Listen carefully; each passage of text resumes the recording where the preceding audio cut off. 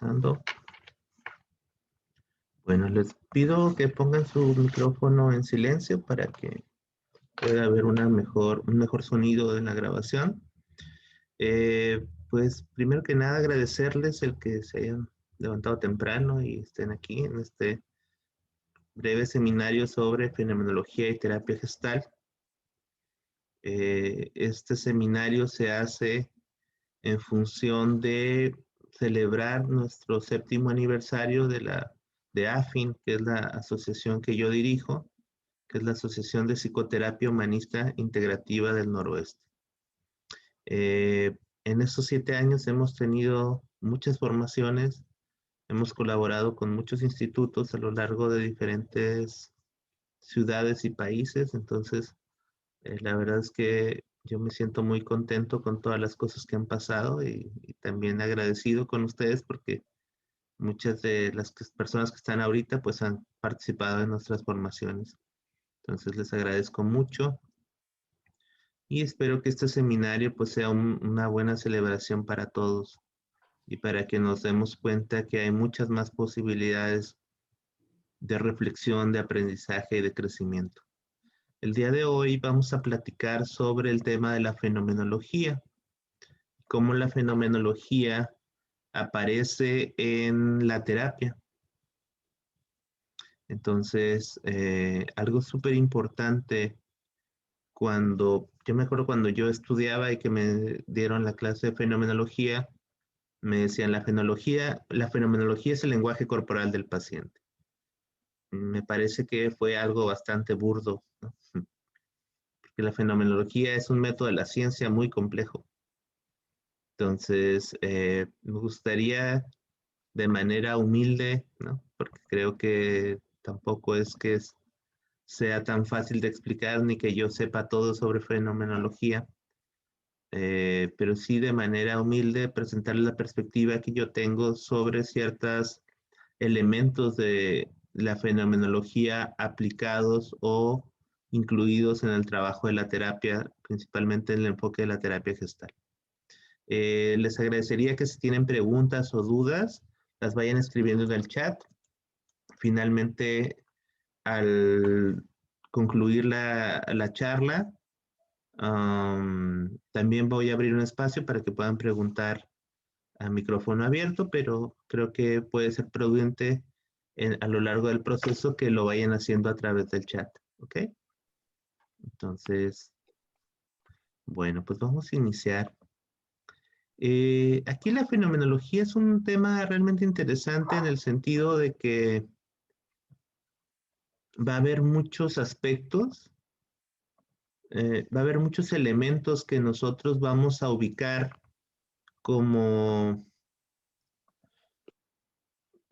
o diferentes corrientes filosóficas o teóricas que podemos incluir en lo que llamamos fenomenología. La fenomenología empieza con Husserl como una respuesta al método científico tradicional. Husserl pretendía crear una nueva forma de acercarse a la ciencia para llegar a la esencia pura de la realidad. Una labor muy complicada y un poco pretenciosa de Husserl, pero interesante. Lo que él decía es que el razonamiento era insuficiente o el método científico tradicional era insuficiente para llegar a lo que conocemos como la realidad. Entonces, que se necesitaba, más que una interpretación, un proceso descriptivo que nos llevara a profundizar en la esencia de las cosas, en lo más básico de la experiencia. Entonces, ese es el origen de la fenomenología. Eh, y entonces, la fenomenología lo que hace es tratar de ir frenando lo que denomina Husserl como la actitud natural, es decir, una serie de prejuicios que tenemos sobre la realidad y que nos ayudan a estructurar o a darle sentido a nuestra forma de interactuar con el entorno. Estos elementos que plantea Husserl son importantes y son muy interesantes porque nos dan un parámetro de darnos cuenta que no todo lo que percibimos a priori existe de esa manera. Y entonces él diferenció dos procesos, uno que es la actitud natural y otro que le llamó actitud fenomenológica.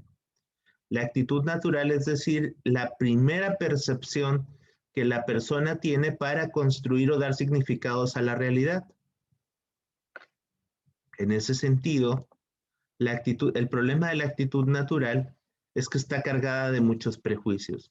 El beneficio de la actitud natural es que son atajos heurísticos, es decir, nos permite o le permite a las personas poder tener un balance adecuado o sea, no podemos analizar a profundidad todas las situaciones de la vida, entonces estos prejuicios nos ayudan a ir funcionando inmediatamente. Pero creo que hay temas que tienen la suficiente relevancia para que nosotros nos dediquemos, a que se pueda generar este aspecto. ¿Sí? Cuando nosotros dedicamos un tiempo específico a ahondar en los fenómenos, estaremos forzando la actitud fenomenológica e intentando dejar de lado la actitud natural. Por ejemplo, si alguien nos dice que hubo un asesinato, nosotros inmediatamente tenemos una actitud natural. Pero nuestro trabajo sería tener una actitud fenomenológica para ir comprendiendo el por qué sucedió eso y cómo fue que sucedió. Por ejemplo, acá en Tijuana, y bueno, yo creo que ya en todo el resto del país de México, de repente cuando muere alguien o desaparece alguien, lo primero que dice la gente es seguramente andaba en malos pasos. ¿Por qué? Esa es la actitud natural, porque es algo que nos ayuda a interpretar y a darle sentido a una experiencia trágica o contingente. Sin embargo, muchas veces averiguamos y no sucede de esa manera. Además, aunque fuese así, habría características específicas de la situación. Entonces, ese es uno de los trabajos importantes. La actitud natural nos ayuda a organizar la realidad, pero nos quita la posibilidad de comprender los fenómenos. Entonces, digamos, la actitud natural es una forma de interpretar a priori la realidad como una forma de sentirnos seguros en esa realidad. Por ejemplo, si pasa alguien que está un poco descuidado de su higiene personal, inmediatamente podemos pensar que es alguien peligroso, aunque no necesariamente sea así. Esa actitud natural nos ayuda a prever algo que podría ser categorizado como amenazante. Tal vez si platicamos con esa persona y profundizamos en la experiencia, nos daremos cuenta que es algo muy diferente al prejuicio que nosotros habíamos desarrollado en un inicio. ¿Ok? ¿Hasta ahí vamos bien? Entonces, Husserl, eso es lo que él empieza a plantear, que la realidad es mucho más compleja de lo que se hacía convencionalmente. Entonces, la fenomenología se va a caracterizar por la búsqueda de la intencionalidad y la intención para comprender las experiencias tal y como suceden de manera inmediata. Pero él para frenar esta actitud natural de la que estamos hablando, propone algo que es interesante, que se llama la epogé. Y la epogé es una suspensión de estos prejuicios o de esta actitud natural, es una pausa. Porque dice, bueno, es que en realidad no nos los podemos quitar porque es algo que está muy arraigado en nosotros, pero lo que vamos a hacer es cuando aparezcan esos prejuicios los vamos a pausar, los vamos a poner entre paréntesis, por así decirlo. Y a este fenómeno le llama Husserl la epogé, que significa la suspensión de la actitud natural, es decir, de los prejuicios. ¿Sí?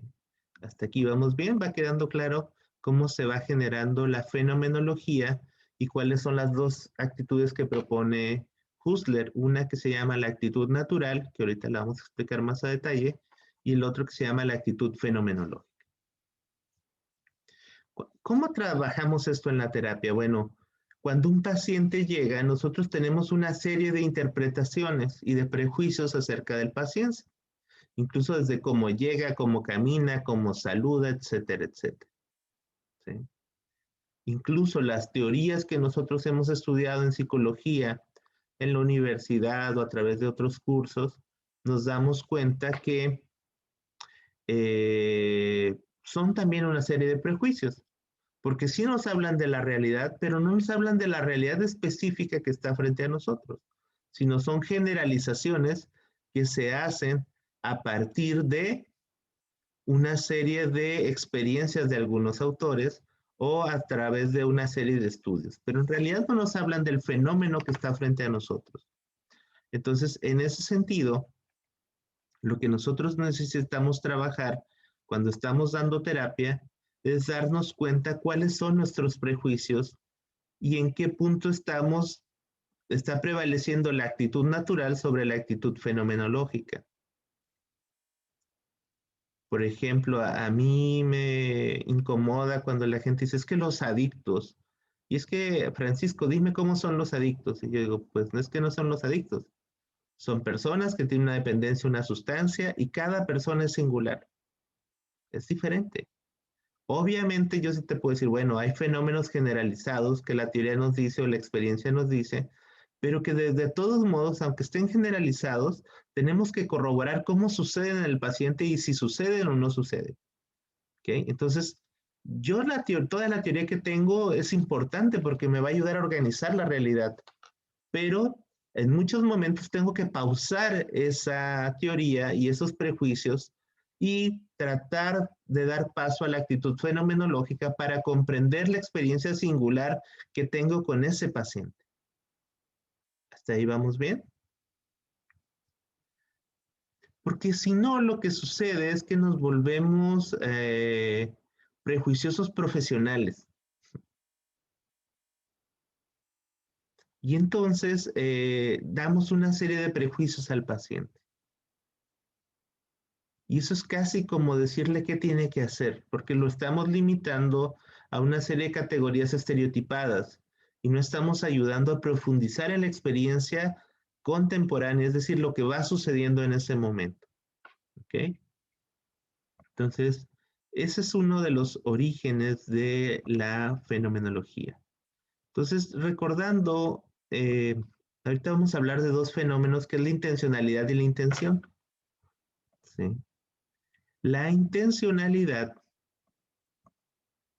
también tiene que ver con la atención, o sea, es decir, el pasar de un punto A a un punto B, el transitar de algo que no conocemos a algo novedoso.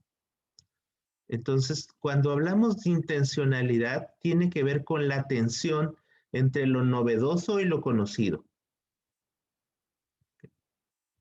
Entonces, en terapia gestal ahora hay un concepto que utilizan algunos autores contemporáneos que le llaman intencionalidad de contacto. Esta intencionalidad de contacto de lo que nos refiere es la tensión que tiene el organismo entre movilizarse o mantenerse en las estructuras conocidas o en los parámetros, en las pautas de dominancia se llama, es decir, las actitudes que normalmente desarrolla la persona. ¿Ok? Entonces, cuando hablamos de intencionalidad de contacto, viene sobre esta teoría fenomenológica que quiere decir la atención entre lo novedoso y lo conocido, entre la actitud natural y la actitud fenomenológica. ¿Sí? Y el otro punto es la intuición. Y aquí este es un factor súper interesante de la fenomenología porque nos lleva a ahondar en algo que es muy complejo. Yo me acuerdo que cuando yo empezaba la terapia, de repente le preguntaba a los terapeutas o los maestros que veía, ¿y cómo hiciste eso, no? Y me decía, es que es pura intuición. Y yo decía, uy, pues ¿cuándo voy a aprender a tener intuición, no? Entonces, aquí hay muchas formas de definir la intuición, pero la intuición tiene que ver con pues desde mi punto de vista, con una conexión entre los elementos sensibles de la experiencia y la traducción cognitiva o racional que le damos a esta, ¿no? Hacer un balance entre lo que sentimos y lo que creemos. Cuando podemos alinear nuestros sentidos en relación a eso, pues podemos decir que estamos guiándonos por nuestra intuición. ¿Sí? Eh, hay gente que le llama el sexto sentido. Yo creo que le llaman el sexto sentido porque es una organización de la percepción en favor de una decisión. Así yo le podría decir, ¿no? La organización de la percepción en favor de una decisión. Es decir, todos mis sentidos me dirigen hacia un lugar y por tanto no requiero un esfuerzo mental sostenido para elaborar la decisión. Digamos, confío más en mi percepción sensible que en mi proceso racional. La fenomenología intenta profundizar más en lo sensible que en lo racional, aunque no omite lo racional. ¿Okay? Y eso me parece fundamental porque nuestra terapia es una terapia mucho más hacia lo sensible que hacia lo racional. Y creo que de repente cuando vamos a teorizar demasiado, me parece que puede prevalecer una actitud más racional que sensible. ¿Okay? Ojo, a mí me gusta la teoría y creo que es importante, pero creo que conforme la terapia va evolucionando, necesita enfocarse más en lo sensible que en lo teórico. ¿Okay? La teoría lo que va a hacer es ayudar a organizar esta experiencia sensible. Si solo ponemos experiencia sensible y no tenemos un fundamento teórico, va a ser una experiencia bastante desorganizada. ¿Okay? Kurt Lewin tiene una buena frase para eso y dice que no hay nada más práctico que una buena teoría. Entonces, creo que cuando nosotros podemos organizar mejor nuestra perspectiva teórica, eso nos va a dar una base para lograr. Entonces, tenemos aquí dos fenómenos importantes, la intencionalidad y la intención. Perdón, y la intuición. ¿Sí? Esas van a ser las bases del trabajo fenomenológico, pero también van a ser las bases del trabajo terapéutico. ¿Sí? Cuando yo estoy frente a un paciente y estoy trabajando en la frontera contacto, lo que va a suceder es el paciente va a llegar a tratar de sostener lo conocido para sentirse seguro, pero con el deseo de explorar lo novedoso. Y entonces en este vaivén va a haber una tensión en la frontera entre lo viejo y lo conocido, perdón, entre lo conocido y lo novedoso. Entonces, cuando usamos el concepto de awareness, el awareness aparece en esta tensión. En este proceso de intencionalidad entre el terapeuta y el paciente es que emerge el awareness, porque el awareness justamente va a ser este factor que nos va a llevar hacia la dimensión de lo novedoso. Va a suceder algo en la situación que nos va a llevar a un elemento novedoso. Entonces, esta novedad va a hacer que el organismo se movilice hacia esa novedad y establezca un contacto. Por lo tanto, yo creo que el concepto de intencionalidad es importante.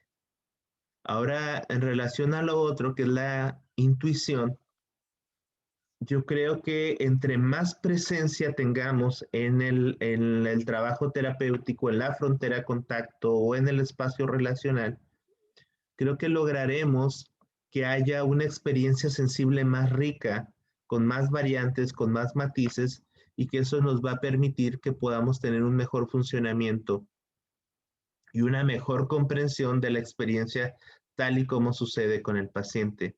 Pero no solo con el paciente, porque la experiencia fenomenológica también me implica. Entonces es una experiencia, digamos, compartida, porque la presencia del otro incide en mi forma de percibir el mundo. No es que yo sea un elemento ajeno a la percepción, que es una de las cosas que dice Husserl, o sea, el observador no está fuera del mundo, el observador está dentro de la realidad y modifica la realidad. Porque el método científico tradicional decía, de repente el observador pasa inadvertido y dices, bueno, pues no puede pasar inadvertido. Es como si ustedes están en un salón y dicen, va a haber alguien que los observe, pero hagan de cuenta como que no está, ¿no? Entonces, finalmente, la presencia de esa persona modifica la dinámica de la realidad. Entonces, dice, la percepción del observador modifica al observado y a la situación que observamos. Por tanto, cuando hablamos de fenomenología, entonces no es el lenguaje corporal del paciente, sino es la experiencia intersubjetiva que sucede entre el terapeuta y el paciente en una situación. ¿Okay? Eso sería el proceso de la fenomenología. Bien, la actitud natural, como decíamos, contempla y describe y procura alcanzar una explicación del mundo con base en una tendencia natural. Es decir, el mundo visto de manera simplificada. Pero esta actitud natural lo que posee es una serie de limitantes, porque en muchos momentos termina siendo prejuicios, porque son muy rápidos, ¿no? Por su parte, la actitud fenomenológica trata de responder a la interacción con el mundo e intenta comprender detalladamente la experiencia y hacer pausa a los prejuicios para verificar o profundizar en la veracidad de estos prejuicios. Yo, por ejemplo, estoy frente a un paciente y puedo tener una serie de ideas. Entonces, lo que yo voy a hacer no es voy a descartar eso, pero lo voy a dejar en pausa, voy a hacer una epogé para explorar y profundizar en eso.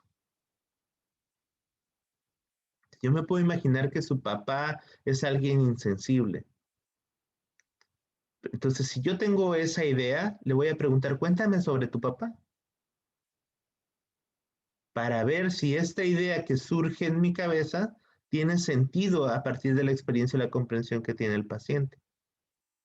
Y además de lo que me dice el paciente, voy a poner atención a la experiencia sensible que sucede cuando el paciente me narra esta experiencia. Porque a partir de ahí van a surgir otros elementos sensibles que van a ayudar a comprender mejor el fenómeno. Porque si solo intentamos comprender el fenómeno de manera racional, va a ser muy complicado que podamos ahondar o comprender de manera significativa lo que está sucediendo. Bien. Hasta aquí va quedando claro el origen de la fenomenología y cuál es la diferencia entre la actitud natural y la actitud fenomenológica. Me gustaría que pusieran sus comentarios en el chat o sus dudas. ¿Ok? Bien. Bueno. Otro elemento importante de la fenomenología es el estudio de la conciencia. Cuando nosotros vamos trabajando con la terapia gestal es una terapia de la conciencia, no de la inconsciencia. El psicoanálisis intenta profundizar en el inconsciente. Nosotros apelamos a profundizar en la conciencia del paciente. Y fomentamos dos tipos o dos niveles de conciencia. Una conciencia que se le llama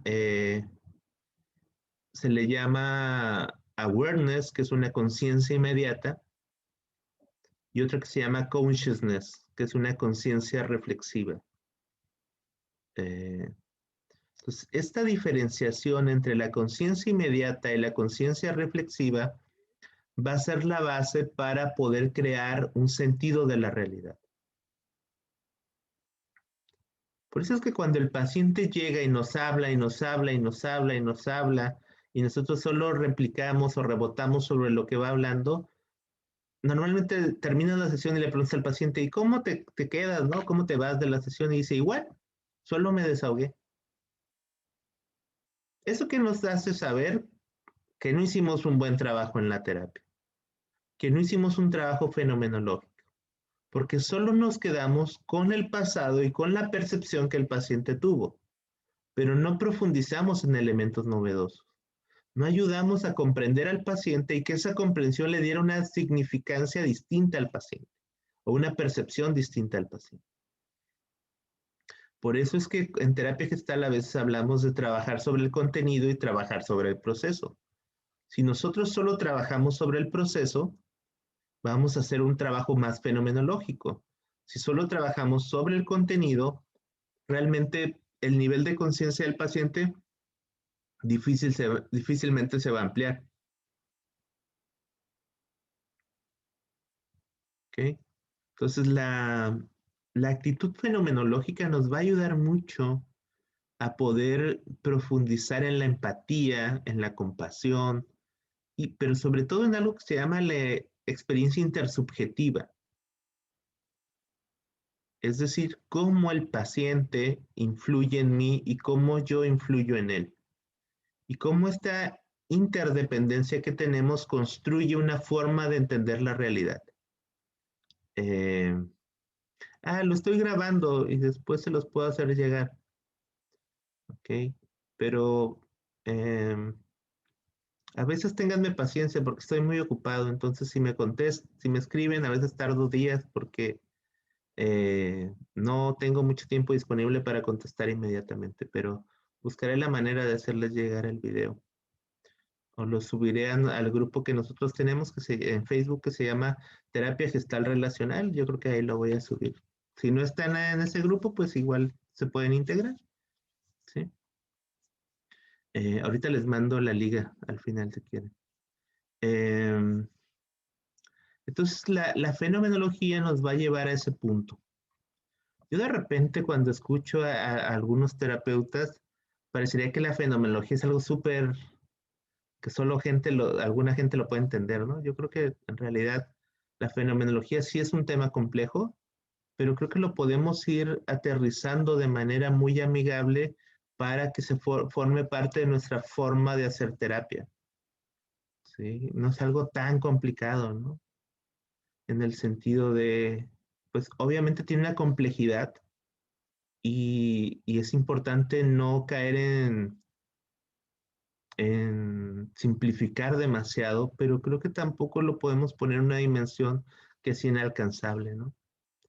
Yo creo que si nosotros podemos ir integrando la teoría como parte de nuestra forma de entender el mundo y de vivir nuestra vida, creo que ahí es donde va a tener sentido la teoría.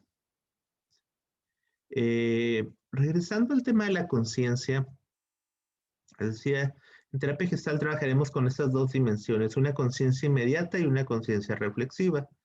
En inglés es el awareness y el consciousness.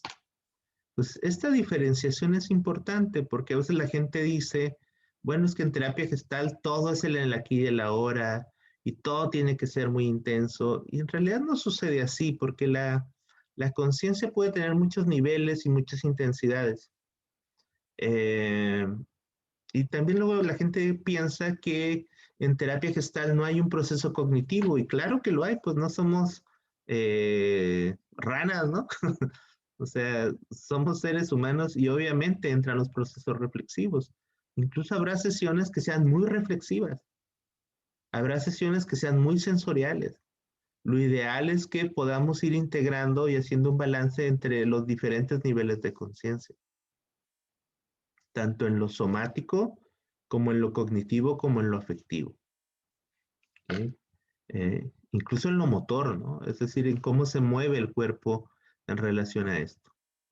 Cuando hablamos de conciencia, tenemos que hablar de temporalidad. Y entonces vamos a tomar tres elementos importantes sobre la temporalidad y la conciencia. La primera, que sería la memoria. Y esto nos lleva a una temporalidad del pasado. Después, la sensación, que sería algo que nos lleve temporalmente al presente, y el tercero, la imaginación que nos lleve hacia el futuro. Entonces, cuando yo trabajo con un paciente, necesito ir trabajando en estas tres dimensiones de conciencia y de temporalidad. En la memoria, la sensación y la imaginación. ¿Okay? Yo recuerdo a veces que me decían, es que céntrate en la sensación. Y luego había pacientes que ni siquiera sabían qué sentían, ¿no? ¿Y qué sientes? ¿Y qué sientes? De repente el paciente es como, ya no me estés jodiendo, ¿no? O sea, no sé qué siento, no siento. Entonces se iba muy incómodo el paciente, porque había casi una obsesión porque el trabajo solo fuera en el aquí y el ahora, el aquí, el ahora y el aquí y el ahora. Y la verdad es que nuestro trabajo no es en el aquí y en el ahora. O no solamente es en el aquí y en el ahora. También trabajamos con el pasado. Y de repente creo que había una tendencia excesiva a focalizar todo en el presente. Pero sucede algo cuando solo hablamos del presente, que puede quedar descontextualizado. Hay muchas cosas que no se van a entender si solo lo hablamos en el presente. A veces necesitamos un contexto para poder validar ese comentario en el presente. ¿Sí? Es como cuando cuentan un chiste. A veces cuando tienes un grupo de amigos y cuentas un chiste en ese grupo de amigos, es muy divertido. Pero vas y se lo platicas a tu pareja o a otros amigos o en otro contexto y el chiste no sirve para nada, ¿no? Es súper malo porque está fuera del contexto. Entonces, creo que el pasado, la memoria, es un elemento contextual que ayuda a dar piso o a dar soporte o fondo a eso que se vuelve figura. Por tanto, el pasado va a ser relevante. Mucho de lo que sentimos, lo sentimos porque nos lleva hacia experiencias del pasado y eso hace que en el presente se vuelva relevante. Entonces, el pasado es un elemento importante de la conciencia.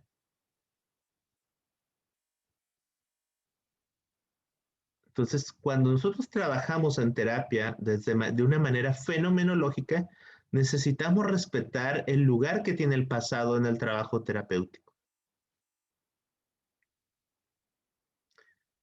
y profundizar en cómo este pasado sirve como fondo al presente que emerge. Es decir, probablemente para el paciente sea importante ser escuchado por el terapeuta, pero porque recuerda que no fue escuchado cuando era niño. Entonces, este elemento del pasado, de la memoria, hace que esta necesidad se vuelva apremiante, crea una tensión entre lo viejo y lo nuevo, ¿no? Y esta tensión forma una figura que hace que esta situación sea relevante. Pero necesitamos entender de dónde viene eso y por qué tiene esa fuerza. Incluso a veces profundizando en el pasado es que se forma adecuadamente la figura. Porque si no sería raro el por qué necesito ser escuchado por el terapeuta. Si no es mi amigo, si no es mi familiar y si le estoy pagando aparte, ¿no? Si solo me quedo con esa conciencia presente, no tendría mucho sentido. Entonces recordemos que toda sensación emerge de un fondo y el fondo es del pasado. El pasado es este background que nosotros tenemos, es decir, este fondo o este piso que le ayuda a que emerjan experiencias novedosas. Yo no voy a encontrar una necesidad que no conozco. Y si es una experiencia muy novedosa, la voy a tratar de relacionar con algo que conozco. ¿Ok? Por eso el trabajo, más que preguntarle al paciente qué emoción tiene, qué sentimiento tiene, es qué sensación tienes.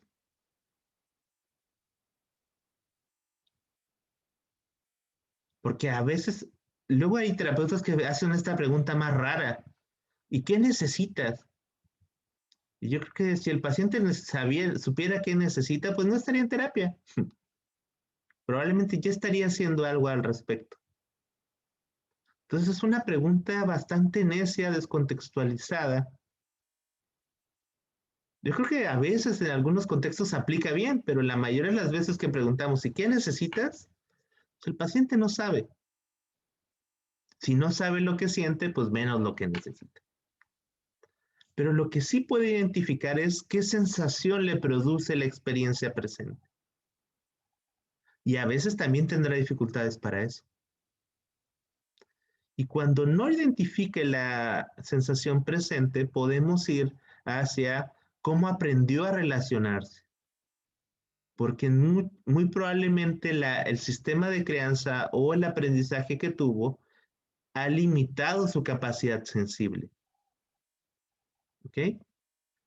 Todos los seres humanos somos sensibles porque estamos dotados fisiológicamente para ser sensibles. ¿Por qué vamos perdiendo sensibilidad? Por el sistema de crianza que tenemos. ¿Sí? Por eso Paul Goodman dice algo interesante sobre la terapia. Dice que en la terapia no se trata de cambiar cosas, sino de recuperar cosas. Y esto es la base de lo que se ha conocido como la teoría paradójica del cambio. Es decir, el cambio es que el paciente no cambie, sino recupere lo que había perdido. ¿Sí? Y el tercer elemento es la imaginación, y eso nos lleva al futuro. Ahora los autores contemporáneos, tomando la base de Isadora Fromm, ponen esto de aquí, ahora y lo que sigue o lo que viene, ¿no? Hay un concepto que utilizan, si ustedes leen a los autores contemporáneos europeos, principalmente, ponen el concepto del next, o sea, lo siguiente. Pero esto a qué nos lleva? A este nivel de conciencia que se llama la imaginación, que eso es lo que nos lleva hacia el futuro. Yo cuando estoy con un paciente me imagino un chingo de cosas. Entonces, eso me va a llevar a dos lugares, a mis prejuicios, pero también hacia el futuro que podemos tener. Es como cuando tú ves algo que te gusta o alguien que te gusta y visualizas un futuro, ¿no? Ya te ves así como ese meme de Homero Simpson, ¿no? Donde te dicen buenos días y ya te ves con el vestido de novia, ¿no? Entonces, generalmente uno visualiza hacia el futuro. Eh, porque es una necesidad que también nosotros tenemos de organizar la experiencia presente para llevarla a un sentido futuro. Entonces, el terapeuta va a utilizar la imaginación como una guía para comprender la experiencia del paciente y también para que juntos se movilicen hacia elementos novedosos. Por ejemplo, yo percibo algo y percibo que cuando el paciente, eh, bueno, les voy a dar un ejemplo específico. Ayer trabajaba con una paciente y ella normalmente está como muy seria o como un poco retraída, pero cuando habló de un tema en específico, yo vi que su rostro se iluminó, cambió su cara radicalmente. Y entonces yo le dije, me imagino que es esto, que es algo que te entusiasma mucho, ¿no? Y yo le dije algo, digamos, del futuro que no está sucediendo. Y ella me dice, sí, y entonces ella empezó a explicarme cómo estaba viviendo esa experiencia. Entonces, cuando yo me imagino cosas, no solo me las imagino por prejuicios, sino también por elementos que van sucediendo. La única diferencia es que cuando yo me imagino fenomenológicamente, lo que procuro es que el paciente corrobore eso que me imagino. Si yo solo me lo imagino y lo doy como un hecho, ahí estaremos limitando la experiencia fenomenológica o la comprensión del fenómeno. ¿Sí?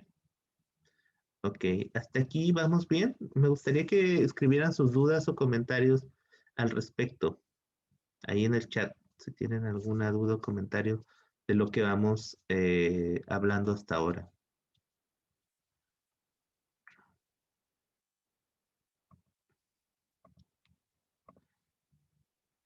¿No? ¿No tienen dudas, comentarios? Ok, bien. O está muy bien entendido o está muy mal entendido. Sí. Ok. Bueno, gracias. Parece que iría junto con la intuición. Sí, en cierta medida. Sí, la imaginación y la intuición están bastante ligadas. Em, Porque la percepción nos lleva a un lugar. Es como cuando te dicen, te invitan a un negocio, por ejemplo, ¿no? Y tú dices, tengo una corazonada que me va a ir bien o tengo una corazonada que me va a ir mal, ¿no? Cuando hablamos de una corazonada, eh, es la intuición. Y te les voy a decir por qué se utiliza, bueno, no sé si sea el origen específico, pero la corazonada tiene un sentido filosófico de cómo entendemos la realidad. Si nosotros estudiamos un poco de antropología filosófica, incluso de antropología teológica, mucha de la filosofía viene de la teología. Eh, y en la teología, o en la antropología teológica, hay un concepto en griego que aparece en el Nuevo Testamento que se llama el cardia, que es el corazón. Entonces, para los antiguos griegos y para los cristianos, el corazón es la base del funcionamiento de la vida de la persona, no es el cerebro, sino es el corazón. Incluso yo a veces les decía, les decía que a mis alumnos que realmente tal vez la psicología tendría que llamarse cardiología, si tomáramos esa base de que el corazón era el punto de regulación, porque en la antropología teológica y en algunas antropologías filosóficas, el corazón tiene un elemento central para la regulación de las sensaciones, de las emociones, de las decisiones y de los valores. ¿Sí? Entonces, estos aspectos del corazón tienen que ver con la intuición. ¿Sí? Eh, entonces, cuando hablamos de una corazonada tendría sentido porque sería guiarnos por la intuición. Entonces, sí tiene que ver con la imaginación. O de repente tú conoces a alguien y a primera vista tienes una impresión y de repente hay gente que dice, es que no me vibra bien, ¿no? Bueno, es que su intuición le hace notar que hay cosas que no le gustan. O tengo la corazonada que nos puede ir mal. Es la intuición. ¿Sí? Entonces a la intuición hay que darle también un pautamiento, porque si no puede convertirse en un prejuicio. A veces hay una línea muy delgada entre la intuición y el prejuicio. ¿Ok? Digamos que el prejuicio es algo más que se piensa y la intuición es algo más que se siente. ¿Sí? Pero en momentos es realmente complicado diferenciarlos. Bueno, respecto continuando con la fenomenología, hay dos conceptos fundamentales para comprender la teoría fenomenológica de Husserl, que es el noema y la noesis. El noema es el contenido objetivo de la conciencia, es decir, el objeto pensado, y la noesis es la actividad del pensamiento, el acto de expresar ese contenido. ¿Sí? Entonces, cuando yo estoy con un paciente, hay una serie de elementos que aparecen en mi conciencia. Ese es el noema, el cómo aparece el objeto en mi reflexión. Y la noesis es cómo lo pongo hacia afuera o cómo reflexiono, ¿sí? Este proceso. Entonces, por ejemplo, si yo estoy estudiando un curso, una maestría en abuso, en violencia de género, ¿sí? Mi trabajo terapéutico va a estar permeado por la violencia de género. Porque luego decimos esta mafufada, ¿no? A mí ya se me hace una mafufada, ¿no? Bueno, nunca lo conecté tanto, pero decimos, es que cuando a mí me pasa algo, hay un chorro de pacientes que llegan a mi consulta con ese mismo problema, ¿no? Es una lección de la vida para que yo sane eso. Yo no creo eso. Yo lo que creo es que nuestro noema tenemos esa conciencia y exploramos ese elemento con esos pacientes, ¿sí?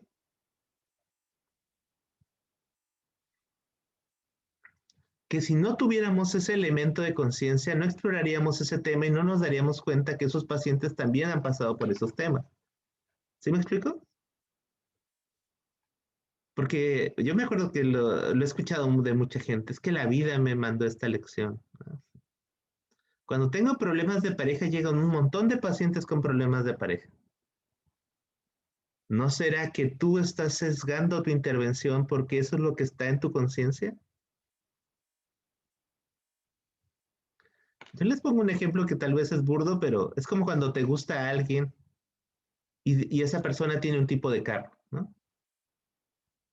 Entonces tú empiezas a ver esos carros, nunca les ponías atención, pero de repente empiezas a ver un montón de carros en la ciudad de ese tipo, ¿no? ¿Por qué? Porque ya aparece en tu conciencia. Es un noema que está presente en tu conciencia, porque tiene una carga afectiva. Entonces nuestro trabajo terapéutico suele estar limitado por nuestra percepción. Lo que nosotros percibimos no es la realidad, porque nuestra realidad está sumamente limitada. Primero estamos limitados físicamente. Es como los sonidos que los perros o los estímulos que los perros y los gatos perciben. No quiere decir que no existan. Nosotros no los alcanzamos a percibir, pero ellos sí. Entonces, si tenemos una serie de sesgos cognitivos o experienciales, habrá muchas cosas que nosotros no podamos percibir. Por eso a veces es importante el trabajo terapéutico, los talleres de actualización, la supervisión, porque eso nos va a ayudar a tener una percepción más amplia.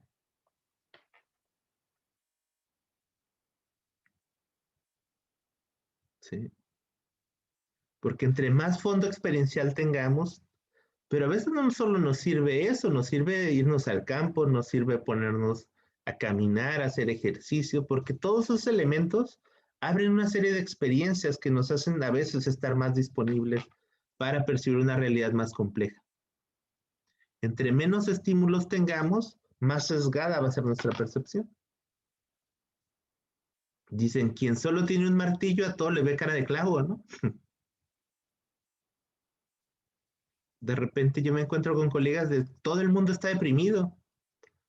Bueno, tal vez el que está deprimido es el terapeuta, ¿sí? Porque solo se fija en eso, porque en su nivel de conciencia aparece mayormente eso. Pero esto no sucede solo del terapeuta hacia el paciente, también del paciente hacia el terapeuta. Yo, por ejemplo, a veces trabajo con temas específicos, aunque mi, mi trabajo suele tener una gama amplia de temas, pero por ejemplo, no sé, si estoy dando un curso de terapia de pareja, la gente dice, es que Francisco da terapia de pareja, ¿no? Pero siempre he dado terapia de pareja, pero es como todo el tiempo es como estoy focalizado en eso, la gente me ubica en esa dimensión. O si estoy trabajando en tema de adicciones, es que Francisco solo trabaja adicciones. Pero yo no solo trabajo adicciones, pero la gente me ubica en ese contexto. Y entonces también crea un sesgo de la intervención que yo puedo hacer o la percepción que yo tengo. ¿Sí? ¿Sí va quedando claro lo que es el noema? Es el objeto como aparece en la conciencia. Eh, por ejemplo, y a mí me pasa como terapeuta, a veces empiezo a leer más de un tema o estoy más focalizado y empiezo a explorar sobre el tema. Ahora tengo varios años trabajando con el tema de suicidio y yo antes decía, es que la gente antes no tenía muchas ideas suicidas, pero en realidad es que yo creo que yo no exploraba lo suficiente. Ahora que exploro lo suficiente me doy cuenta que había pacientes que habían tenido experiencias suicidas, pero no se habían sido tratadas en la terapia. Si hablamos de abuso sexual igual, y si hablamos de un montón de temas igual. O sea, hay muchas experiencias que los pacientes tienen que nosotros no exploramos por centrarnos en el aquí y en el ahora, ¿no? Pero que es relevante explorar. Pero obviamente no podemos preguntarles de todo, ¿no? No podemos hacer una sesión por cada psicopatología o por cualquier problema. Pero sí es relevante tomar en cuenta que nuestra percepción sesga la intervención. O sea, cuando decimos, es que quiero ser objetivo en la terapia, pues eso es una falacia, porque en realidad somos profundamente subjetivos en nuestro trabajo terapéutico. Solo lo que buscamos es que esta subjetividad sea más amplia, que tenga un rango más extenso, a que no es lo mismo tener una subjetividad así de chiquita que una así de grande, ¿no? Porque esta más grande nos va a dar una percepción más amplia y una dimensión distinta de los fenómenos tal y como suceden. Entonces, ese es el noema. Y la noesis es este proceso de ponerlo afuera. Cuando nosotros hacemos la noesis en la terapia, es este proceso reflexivo intersubjetivo. ¿Okay? La intersubjetividad va a suceder en muchas dimensiones, pero generalmente donde lo vamos a aterrizar de una mejor manera va a ser en el diálogo. El proceso dialógico es la base de el funcionamiento de noesis, pero también puede suceder no solo a nivel dialógico, sino a nivel intercorporal. Es como la presencia del otro influye o impacta en mi percepción y en mis sensaciones. ¿Okay? Hay pacientes que nos hacen sentir cosas más intensas y otros de más baja intensidad. Y esos son parámetros de regulación o de presencia en la frontera contacto. La dialéctica, bueno, la dialéctica tiene que ver con otros parámetros, es otra mirada, pero sí es parte del proceso reflexivo. Pero bueno, no pertenece tanto a la fenomenología, aunque sí puede aparecer en algunos autores. Algo complejo de la fenomenología es que hay muchas miradas de la fenomenología. La fenomenología de Husserl, por ejemplo, se le llega a conocer como fenomenología trascendental, porque el observador lo que intenta es ponerse lejos y no implicarse tanto.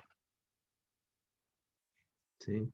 Hay otras fenomenologías que tienen mucha implicación del observador. Es como la fenomenología de Merleau-Ponty, o la de Levinas, o la de incluso Kierkegaard. Algunos no lo consideran fenomenólogo, pero a mí me parece que puede entrar en la fenomenología, o Scheller, que también vamos a hablar un poquito de él, que tiene que ver con la parte más sensible en la experiencia. Entonces hay fenomenologías que son mucho más cercanas, digamos, son más pegaditas a la experiencia, pero la fenomenología de Husserl intenta ser trascendental, es decir, que el observador tome distancia, sabiendo que influye, pero sí que tome distancia de la experiencia. Por ejemplo, cuando nosotros trabajamos con el enfoque centrado en la persona, la fenomenología es más de ese tipo. Eso lo describe, pero el terapeuta no se implica tanto. Solo describe lo que va viendo en el paciente, ¿no? Nosotros en terapia gestal no trabajamos con ese tipo de fenomenología, o no sería lo ideal de trabajar en ese tipo de fenomenología, porque la terapia gestal intenta fomentar el contacto y la relación. Entonces, la fenomenología apela más a unas fenomenologías que les llaman existenciales, que son mucho más cercanas y que implican más al observador. ¿Ok? Bien, hasta ahí vamos bien, entre el noema y la noesis. Bueno, ok, vamos a hablar de algunos fenomenólogos que a mí me gustan. que algunos dirán que no son fenomenólogos, pero ese es un debate grande, ¿eh? ¿Quién son y quién no son fenomenólogos? Eh, Hay un fenomenólogo que se llama Gastón Bachelard. Y Gastón Bachelard, a mí una de las cosas que me parece interesante de lo que él propone es la fugacidad del instante. Sí. Gastón Bachelard creo que nos da este parámetro, por lo menos desde mi punto de vista, de un parámetro donde nos habla sobre el instante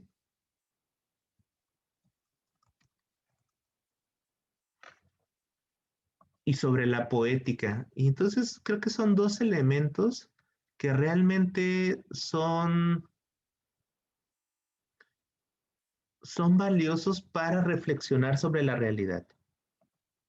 Es decir, cuando nosotros describimos fenomenológicamente, no lo podemos hacer solo objetivamente, porque la realidad no es objetiva, es subjetiva. Entonces, Gastón Bachelard aporta algo que me parece importante, que es tener una mirada sensible de la realidad y aportar desde elementos sensibles. Entonces, él, por ejemplo, tiene libros que se llama La poética del lenguaje, La poética del agua, y entonces empieza a describir con elementos metafóricos, poéticos, elementos complejos de la naturaleza. ¿Sí? Y lo hace de una manera, a mi punto de vista, magistral y nos recuerda eh, el valor que tiene la fugacidad.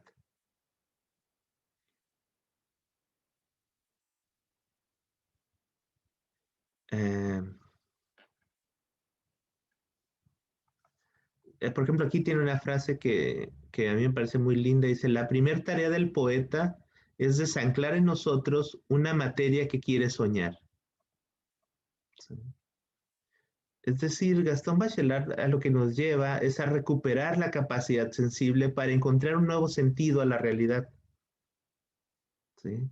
Y que estos elementos sensibles no son ajenos a la realidad porque al ser sensibles tienen un origen en la percepción de esta realidad.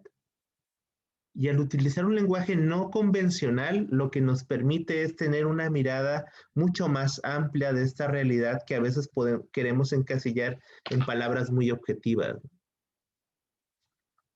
Es como cuando te preguntan, ¿y qué sientes por tus hijos, no? O cómo es que amas a alguien. Y entonces uno dice puras tarugadas, ¿no? Como de, pues porque es buena persona o es porque me escucha. Pero en realidad hay una serie de experiencias emocionales y de sensaciones que son muy difíciles de describir. ¿Sí? El por qué tú quieres a tus hijos o por qué amas a tu pareja, pues yo creo que las palabras convencionales no alcanzan, o sí, no sé qué piensen. Y entonces Gastón Bachelard dice que se requiere apelar al lenguaje poético como una forma de comprender una realidad tan compleja. Eh, Él nos propone el valor que tiene el instante.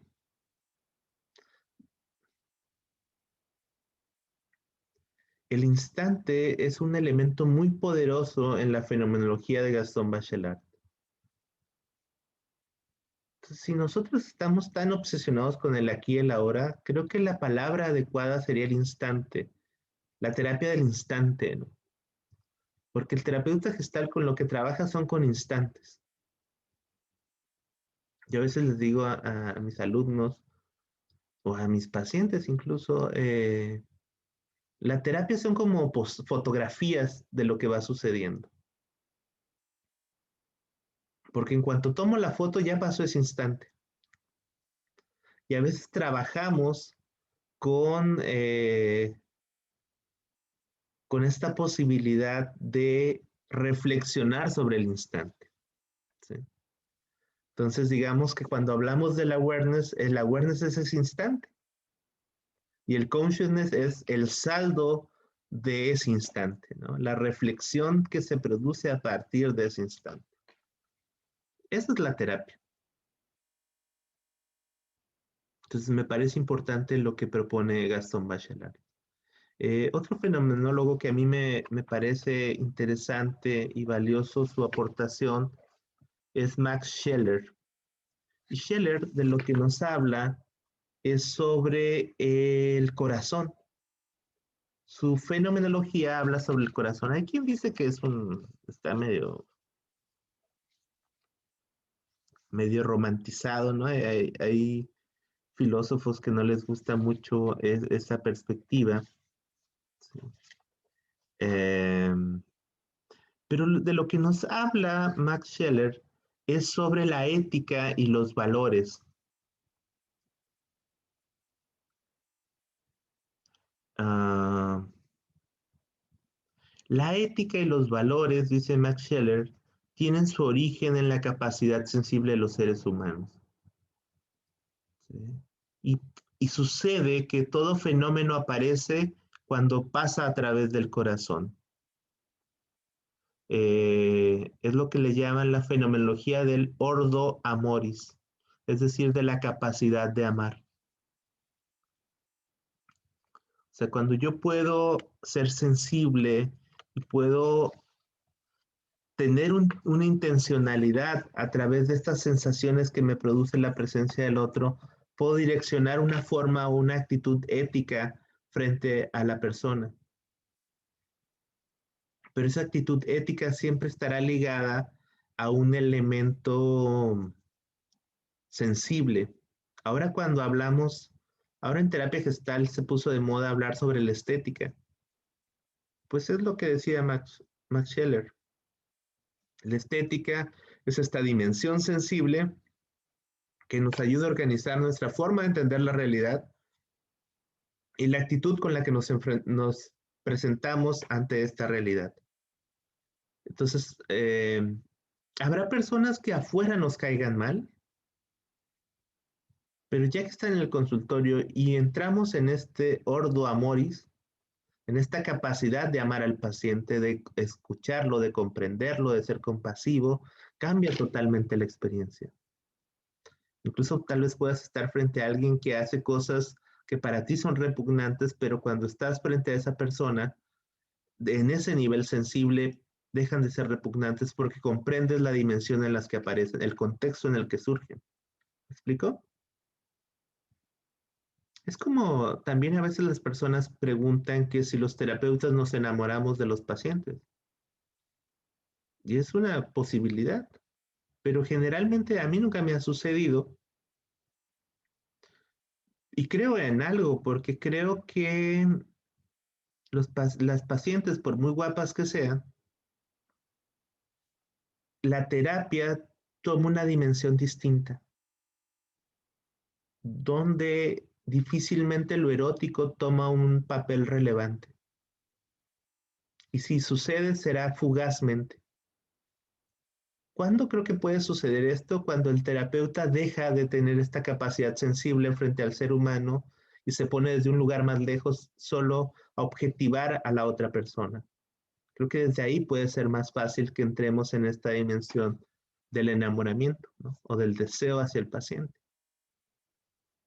Entonces, por eso creo que la dimensión que propone Max Scheler sobre la capacidad de amar y de ser sensible frente al otro, nos pone en una dimensión realmente ética de las cosas. Porque la ética no es aprenderse un librito del código ético, sino es tener una intuición y una dirección ante eso que sentimos y a cómo nos impacta la presencia del otro. Entonces, creo que si queremos hacer terapia gestal, sería bueno que regresáramos a estudiar un poco a Max Scheler. De verdad creo que es un filósofo bien interesante. Hay otro fenomenólogo que a mí me gusta que se llama Emmanuel Levinas, que él es muy criticado porque es religioso, ¿no? Entonces hay muchos filósofos que les choca a los religiosos. Um, pero Levinas tiene algo bien interesante porque Él es judío. ah, y entonces él lo que plantea es la filosofía del rostro del otro, así se llama su postulado teórico. Y de lo que habla principalmente es de cómo el rostro del otro refleja quiénes somos en ese instante. Y también nos implica en la experiencia del otro. Es como si no hubiese una ruptura entre quién es el otro y quiénes somos nosotros. Eh, Incluso si nos vamos a una mirada más poética, si nosotros ponemos atención en el rostro del otro, vamos a ver reflejados en las pupilas del otro a nosotros mismos, ¿no? Es como un espejo. Si ustedes ven a detalle a otra persona, se van a ver a través de esa persona. Y esto es algo metafórico, pero es real. O sea, nos vamos a ver a través de los ojos del otro. ¿Sí? Por eso es que cuando nosotros nos preguntamos,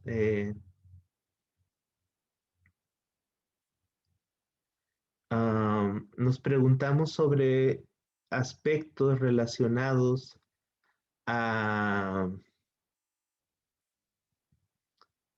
a la experiencia del otro, creo que lo que va a suceder es que nosotros vamos a poder comprender quiénes somos, porque a veces creemos saber quiénes somos a partir de la memoria, pero no de la experiencia. Y estas fenomenologías interpersonales o existenciales, hacia donde nos van a llevar es a profundizar en quiénes somos en relación con los otros. Hay un dicho que se usa aquí en México que dice, ¿quieres conocer a Andrés? Vive con él un mes, ¿no? Pero yo creo que si quieres conocer, pues vive con alguien, ¿no? Si quieres conocerte a ti, vive con alguien. No solo vas a conocer a Andrés, también te vas a conocer a ti mismo o a ti misma, porque en realidad el, la interacción nos hace descubrir cosas. A veces la gente dice, cuando tiene una relación difícil, nos dice es que esa persona sacó lo peor y lo mejor de mí, ¿no? Es que solo a través de las relaciones que vamos a descubrir estos elementos. Bien, aquí preguntan, ahí no tengo mucha información sobre eso, ¿no? Dicen sobre fenomenologías latinoamericanas. Eh, Ahí no sé si la persona que lo puso, creo que es Carolina, tenga algún dato o algún autor que me parezca interesante, ¿no? Entonces, si ella lo quiere emplear ahí, pues lo puede poner en el comentario, ¿no? Bueno, regresando a estas miradas sobre la fenomenología, hay muchas fenomenologías, ¿sí? Ahorita estamos hablando de las que, digamos, son más populares o que en mi punto de vista eh, son interesantes y que nos pueden aportar en el trabajo terapéutico. No dudo que haya propuestas muy interesantes que pueden ayudar a enriquecer. Seguramente debe de haber algunas propuestas que emerjan de un contexto latinoamericano, pero en este momento yo no tengo ese dato. Entonces, si alguien lo tiene, pues igual lo podríamos profundizar, ¿no? Em, yo creo que la filosofía en América Latina, pues todavía intenta ah, hacer un esfuerzo para ir creando perspectivas nuevas, ¿no? Pero en gran medida seguimos reflexionando, revalorizando lo que han propuesto pues, los grandes creadores de la teoría, que normalmente son europeos, ¿sí? Pero seguramente debe de haber algunos aspectos interesantes. Bueno, otro punto de la fenomenología, desde mi punto de vista, es la perspectiva que plantea Martin Buber, ¿sí? Que Martin Buber es un filósofo que influye considerablemente en la terapia gestal. Ah, Martin Buber es un filósofo judío que tuvo ahí una serie de debates con otros filósofos Incluso creo que tuvo problemas con Carl Jung, ¿no? Entonces, pero algo interesante de la perspectiva que tiene Martin Buber es algo que habla sobre la relación yo-tú, digamos. Es su gran éxito comercial, ¿no? La gente lo ubica por eso, aunque tiene un trabajo mucho más complejo que eso, me parece. Pero cuando él habla de la relación yo-tú, es dimensionar al otro en la experiencia que tenemos. Y él habla de varios estadios. eh, Él habla de varios estadios en relación al trabajo terapéutico. Bueno, no al trabajo terapéutico, sino al proceso relacional. Y el primer estadio es yo-ello. Es decir, cuando la persona o el sujeto posiciona a los otros como objetos o se relaciona con objetos. Es decir, como con el mundo natural, con las plantas, con los animales, etcétera, etcétera. Después viene una dimensión donde está la relación yo-tú, que es una relación interpersonal, y la tercera dimensión que plantea Martin Buber y que a muchos no les cae bien, es la relación yo-tú universal, es decir, Dios. Entonces, dice, estas tres dimensiones lo que hacen es poder tener una perspectiva de la construcción del individuo. Es decir, la realidad se construye a partir de estas tres dimensiones relacionales. Yo voy a descifrar quién soy a partir de la relación que tengo con los seres humanos, pero también de la relación que tengo con los objetos. ¿Okay? Y también de la relación que tengo con el poder superior o lo trascendente. Pues esos tres elementos van a dar sentido y significado a mi vida. No es lo mismo percibir el mundo creyendo en un poder superior que no haciéndolo. Eso modifica radicalmente nuestra forma de interactuar, nuestra percepción y nuestro sentido de vida. ¿Sí? Eh, Buber tiene un concepto que es realmente interesante y que después se retoma en la terapia gestal. Eh, no sé si se lo fusilaron o es muy parecido, ¿no? Este concepto de la frontera contacto, es decir, el espacio interaccional entre el organismo y el entorno, se llama frontera contacto. ¿Sí? Pero Martin Buber tiene un concepto cuando habla de la relación yo-tú y del nosotros que le llama el between, es decir, el entre el tú, entre el yo y el tú hay un entre que nos convierte en nosotros. Entonces, este concepto del between es parte, yo creo que fundamental de la terapia gestal. Nosotros creo que a ese between lo nombramos como la frontera contacto.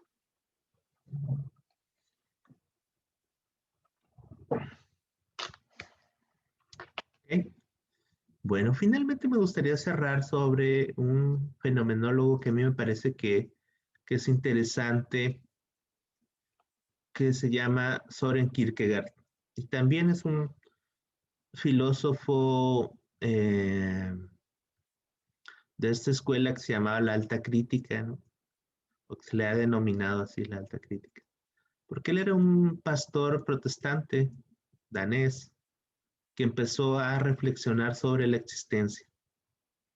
Y él decía que hay tres dimensiones de la existencia. Un sentido sensual o estético, un sentido ético y un estadio espiritual. Si se fijan, no es tan diferente a lo que plantea Buber, tal vez en una dimensión diferente. Pero entonces, cuando nosotros estamos hablando sobre estos elementos, lo que nos plantea Kierkegaard sobre la forma en que entendemos la realidad y comprendemos los fenómenos es el cómo los elementos sensibles nos ayudan a organizar en cierta medida la experiencia. Y lo que dice Kierkegaard es, no podemos trascender a un estadio estético si no tenemos un elemento estético.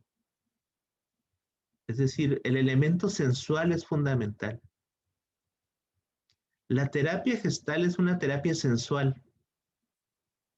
A lo mejor la gente piensa sensual como sexual, ¿no? Lo relaciona. Pero sensual es de los sentidos. O sea, por ejemplo, cuando nosotros decimos que un hombre o una mujer es muy sensual, ¿por qué decimos eso?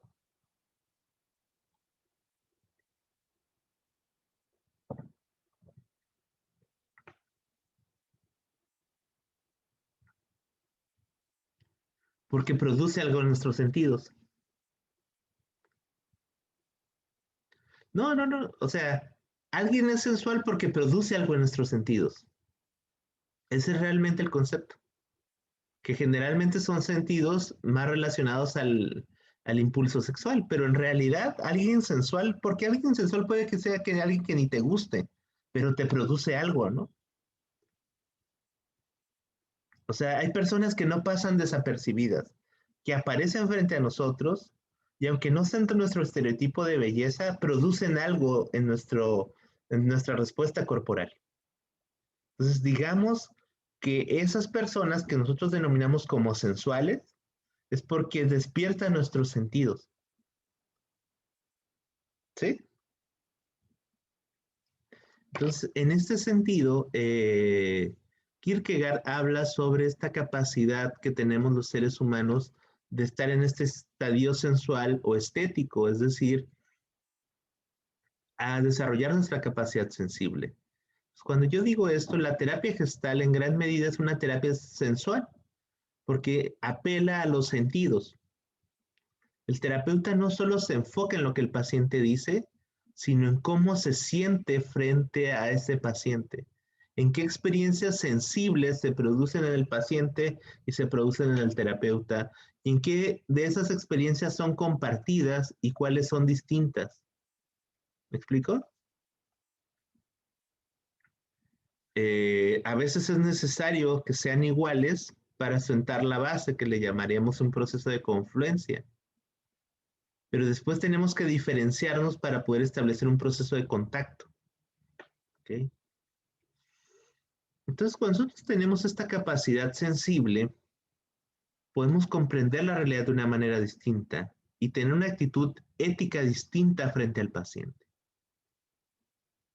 A partir de eso es que desarrollamos una mirada más amplia de la realidad. Y el último estadio es un estadio espiritual, dice Kierkegaard. Cuando nosotros hemos sido capaces de recibir ese entorno sensible, desarrollamos una actitud ética y eso nos va a llevar a darnos cuenta que puede haber un elemento trascendente. ¿Sí? Bueno, esas serían las perspectivas de algunos fenomenólogos o que yo considero fenomenólogos. ¿Sí? Tal vez faltan muchos más porque incluso Merleau-Ponty o algunos otros autores entran en esta parte de la fenomenología. Bueno, me gustaría mencionar un poco de Merleau-Ponty. Merleau-Ponty habla sobre el proceso intercorporal. ¿Sí?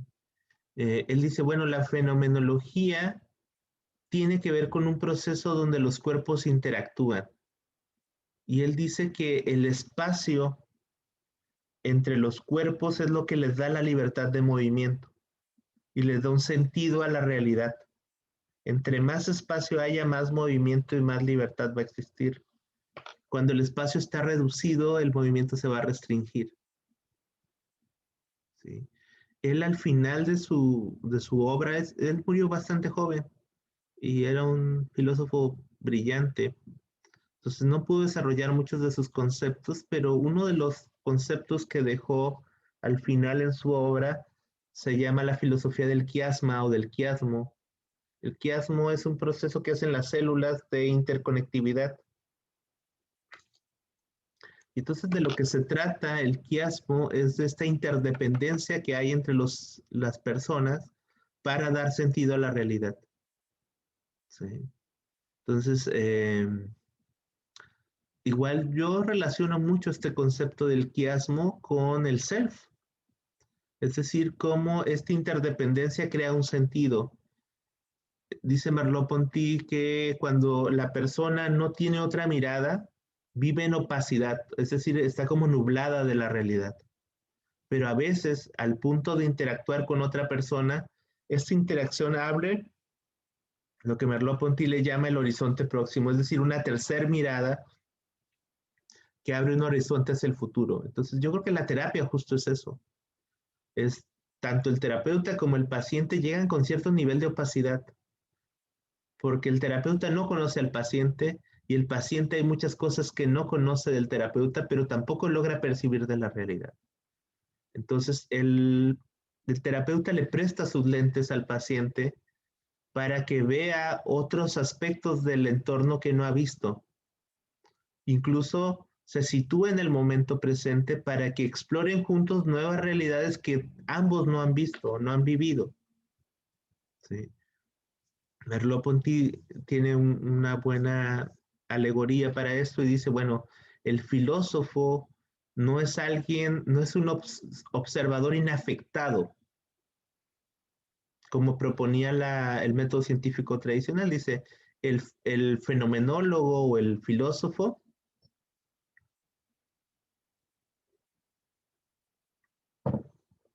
es un actor situado, es decir, está en la situación y modifica la situación y se ve afectado por la situación. Entonces, yo creo que el terapeuta justo también es eso. El terapeuta no es un observador inafectado, como tal vez lo diga la terapia cognitiva, incluso el psicoanálisis, bueno, el psicoanálisis ortodoxo, sino es un ser humano que se ve afectado por la presencia de otro ser humano. Y que a su vez esa presencia afecta, y esto le llamaremos alteridad a este proceso. ¿Sí? La alteridad tiene que ver con la presencia de la otredad, o sea, de lo otro, que modifica nuestra percepción y nuestra forma de entender la realidad. Bien, pues eso serían un breve resumen, muy, muy breve, sobre algunas posturas fenomenológicas. Eh, ya para finalizar este seminario, este pequeño curso, me gustaría compartirles algunos puntos de cómo se llevamos a cabo la fenomenología en el trabajo terapéutico. ¿Sí? Cuando nosotros hablamos sobre la fenomenología, vamos a hablar sobre el método fenomenológico aplicado al acompañamiento terapéutico. ¿Okay? Un primer principio para ejercer este método es establecer pausas y bajar el ritmo. Cuando nosotros vamos a un ritmo muy acelerado, va a ser complicado que nosotros podamos percibir ciertos detalles. Eh, Va a ser difícil que captemos la esencia del instante. Entonces, para poder hacer un trabajo fenomenológico, necesitamos ir bajando el ritmo y establecer pausas. A veces uno le dice al paciente, detengámonos aquí, o revisemos qué está pasando, o cuéntame qué sucede, o qué pasa cuando nos vemos a los ojos. O sea, esos momentos ayudan a tener una comprensión más profunda de la realidad tal y como va sucediendo. Entonces, bajar el ritmo y establecer pausa es un elemento importante del trabajo fenomenológico. Por eso es que cuando el paciente verbaliza y verbaliza y verbaliza y va a un ritmo muy acelerado y el terapeuta no aparece, pues yo creo que la terapia se vuelve muy pobre, porque en realidad el terapeuta puede profundizar poco en la experiencia fenomenológica. ¿Sí? Y generalmente lo que hace el terapeuta cuando no alcanza al paciente en ese sentido, cuando el terapeuta no aparece, es tener una serie de prejuicios sobre el paciente. Y muchas veces si la terapia no funciona, el terapeuta culpa al paciente. Y no funciona así. No hay malos pacientes. Creo que cuando la terapia no funciona es que el terapeuta no pudo lograr un acompañamiento adecuado y no configuró una relación que fuera nutricia para ambos. Y esa es tarea del terapeuta. De ambos, obviamente, pero quien tiene mayor grado de responsabilidad es el terapeuta. La relación terapéutica no es totalmente simétrica, porque si fuera totalmente simétrica, vamos con un amigo, ¿sí? Pero estamos yendo con un profesional y le estamos pagando para que nos acompañe. Entonces la relación no puede ser totalmente horizontal.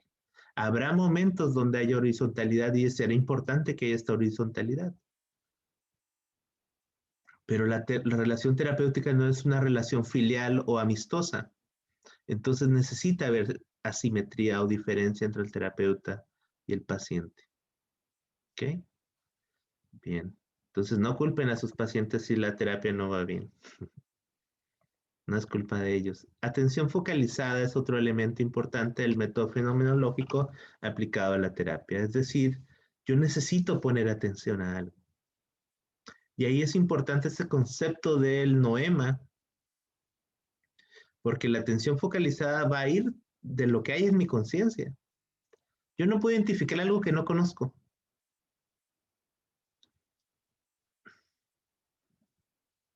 Jay Haley, que es un terapeuta sistémico, decía que los terapeutas necesitan tener más edad y experiencia, que cuando uno es más joven está limitado. Y yo creo que sí, o no sé si porque ya me voy haciendo más viejo, pero ya valido ese punto. Cuando era joven no validaba ese punto, me quedaba muy gordo Jay Haley. Pero creo que tiene algo de razón. Yo creo que no solo es ser más grande de edad o más viejo, sino creo que también se trata de tener más experiencias. Creo que entre más bagaje experiencial tengamos, más podemos acompañar al paciente. Pero obviamente la edad nos da una experiencia distinta. Entonces, por ejemplo, mis padres no han muerto. Entonces, cuando yo estoy frente a un paciente que sus padres han muerto, hay cosas que yo no puedo entender. Voy a hacer un gran esfuerzo por comprender y puedo sentirme muy conmovido y puedo sentirme muy conectado sensorialmente con la experiencia del paciente, pero hay cosas que no voy a entender. Por eso yo normalmente cuando eso sucede digo me imagino, porque todo lo que sucede son cosas que me imagino, porque yo no he vivido. O recordar cosas que yo pueda relacionar con lo que el paciente me dice, que es a través de la memoria, ¿no? El pasado. Pero habrá elementos o dimensiones que yo no conozco. Pero terapeutas que sus padres han muerto podrán conectar de una manera distinta con el paciente y tendrán otro nivel de conciencia sobre la experiencia. Es por eso la focalización o la atención es importante. Y podemos focalizar en muchos puntos, en lo corporal, en lo cognitivo, en el discurso. Entonces, yo creo que sí, miren, lo que va a resonar con nosotros son las propias heridas que tenemos. Cuando yo detecto que el paciente tiene angustia es porque yo he sentido esa angustia. Cuando yo detecto miedo, aunque el paciente no me diga que tiene miedo, es porque yo conozco ese miedo. Entonces, la resonancia tiene dos parámetros. Es una buena noticia de que somos sensibles, pero también es un recordatorio que tenemos heridas. Solo debemos de tener cuidado de que estas heridas no se vuelvan las protagonistas de la experiencia del paciente. ¿Sí? Ok, ya nos sirvieron para resonar con el paciente, pero no pueden estar por encima de la experiencia del paciente. Porque es el terapeuta también abre la herida y se vuelve el protagonista de la terapia. No buscamos eso. Buscamos que solo sea el camino para conectar con la experiencia que está presentando el paciente y profundizar y diferenciar la experiencia que nosotros hemos tenido de la que está teniendo el paciente en este momento. Bien, el tercer elemento es la epogé, es decir, la capacidad de establecer una suspensión hacia nuestros prejuicios.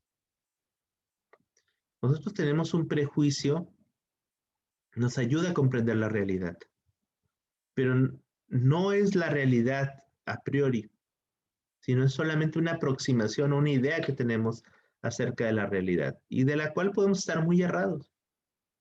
Ella trabajaba con una pareja y al final hubo un elemento bonito. Yo les propuse un experimento donde ellos ya no iban a hablar, solo iban a verse y ver qué pasaba con eso, ¿no? Eh, y la chica empezó a llorar y el marido le dice, ay, lamento que te sientas como muy afectada porque yo no he cambiado como tú esperabas, ¿no? Y de repente ya cuando acaban, ella le dice, no, es que me siento muy conmovida del esfuerzo que estás haciendo porque veo que te importo, ¿no? Entonces, él infiere una cosa que es totalmente distinta a lo que ella está sintiendo. Y entonces él se sorprende mucho y le dice, ah, pues gracias, ¿no? Pero es que como casi siempre respondes así, entonces ese es el prejuicio, ¿no? No todo lo que parece es. Y ese es uno de los esfuerzos que hay que hacer en la fenomenología y lo vamos a hacer a través del epoge, es decir, de esta pausa a los prejuicios. El siguiente proceso es la descripción. A diferencia de otros procesos que tienen que ver con la interpretación, nosotros lo que vamos a intentar es describir los fenómenos. Y es tratar de validar la percepción que nosotros tenemos a través de la descripción de los elementos que nos hacen tener esa impresión. O sea, yo puedo decir, me da la impresión que te sientes triste, porque noto un cambio en tu mirada, porque cuando te escucho yo siento un apretado mi pecho, siento la garganta cerrada, veo que se quiebra tu voz, veo que tus ojos se ponen vidriosos, etcétera, etcétera. Entonces la descripción de esos elementos, pero no solo de lo fisiológico o de lo corporal, sino también de las situaciones, ¿sí? Eh, Cuando hablamos de esto, siento que nos distanciamos o hay momentos donde yo siento el impulso de decirte algo, pero siento temor. Entonces me da la impresión que lo que prevalece aquí en este momento es la angustia, ¿no? Entonces, hay una serie de descripciones que sustentan nuestra percepción. Pueden ser a un nivel muy físico o muy corporal, o puede ser a un nivel mucho más existencial incluso, ¿no? Pero sí no es dar por hecho algo, sino describir lo que sustenta nuestra percepción. ¿Ok? Bien, ¿vamos bien hasta ahí? Ok, otro elemento importante y el final del método fenomenológico es la horizontalidad. ¿A qué se refiere con este proceso de horizontalidad? Es cuando el terapeuta hace este esfuerzo por establecer la corroboración o el proceso intersubjetivo con el paciente. Es decir, yo ya describí y se lo presento al paciente, que para Husserl sería la noesis, es decir, cuando yo pongo afuera esta percepción o este objeto de mi conciencia. Entonces, cuando yo logro identificar esto y lo pongo afuera y lo establezco como un proceso dialógico, esa es la horizontalidad. Es decir, que el otro también me retroalimenta sobre la percepción que yo tengo y amplíe mi percepción con su percepción y con su experiencia. Entonces, cuando tenemos esos elementos, vamos a ver que estamos haciendo un trabajo fenomenológico en la terapia. Porque el paciente me puede decir, ¿sabes qué? Esta impresión que tú tienes no funciona así. O yo me siento así. O cuando me dices eso, yo me siento así. Y cómo esto va modificando la situación. ¿Sí? Entonces, todos esos 5 puntos, bueno, más bien esos elementos, bajar el ritmo, establecer pausas, atención focalizada, la epogé, la descripción y la horizontalidad, va a ser la base de lo que denominamos el método fenomenológico en terapia gestal. ¿Sí? Bueno, pues con esto vamos a ir cerrando. Me gustaría que abriéramos un espacio de preguntas a micrófono abierto. Solo les pido que me den 2 minutitos para ir al baño y ahorita regresamos. Sirve que se preparan con sus preguntas. ¿Sale? ¿Okay? Entonces, denme un espacio pequeño.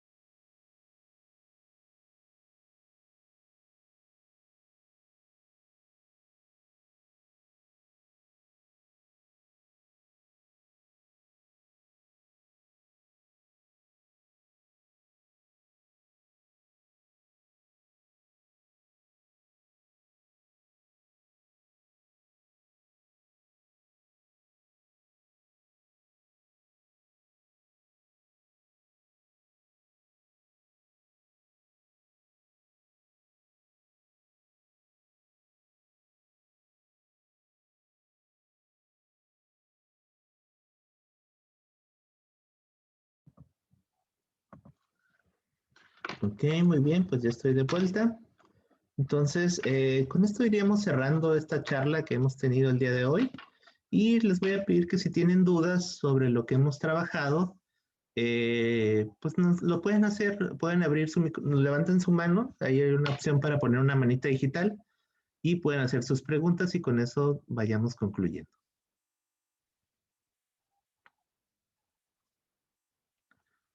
Ah, gracias, Carolina. Bien, no sé. Ricardo, adelante.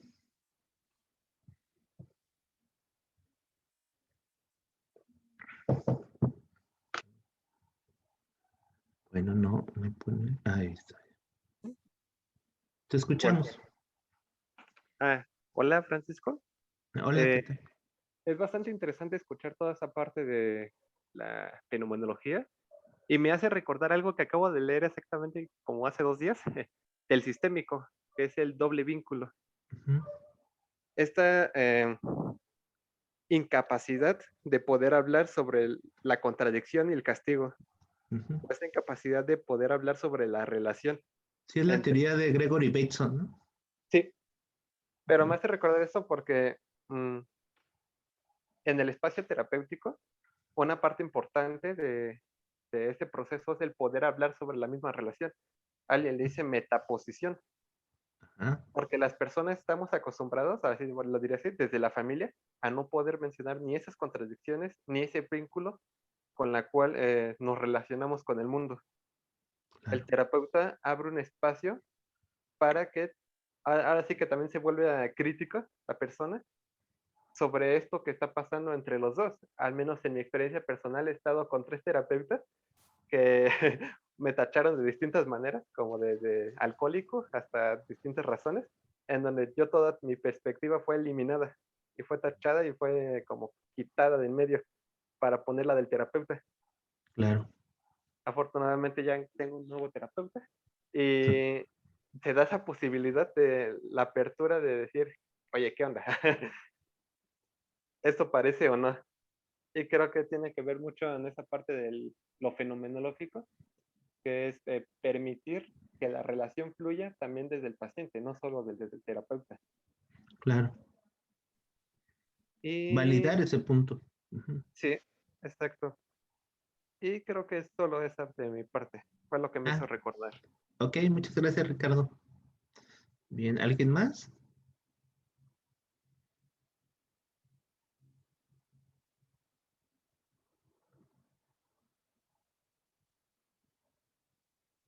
Si tienen alguna duda o comentario, no tengan vergüenza, todas las preguntas son válidas.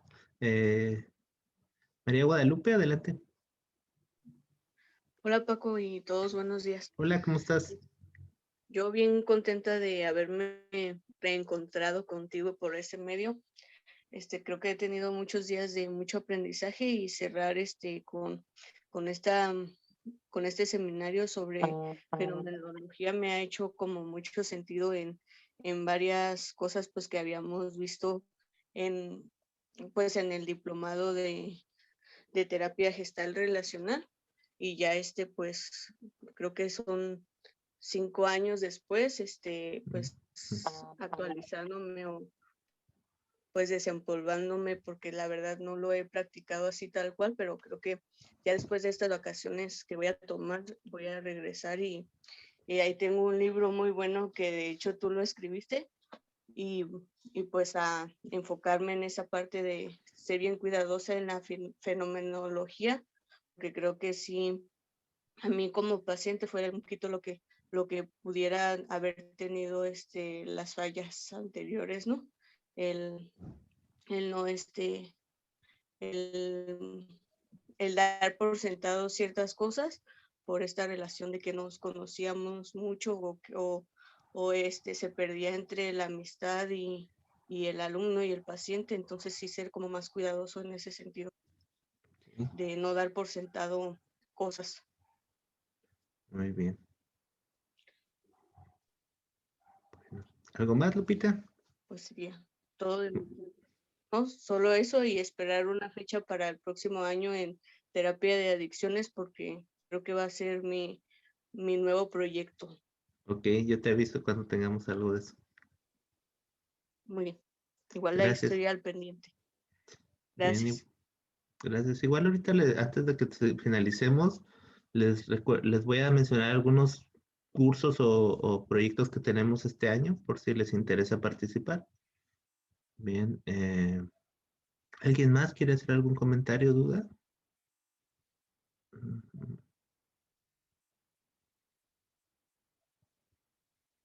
Ok. Eh, Adelante, Francisco, Edgar. bueno, estoy desde Venezuela, Ah, Caracas.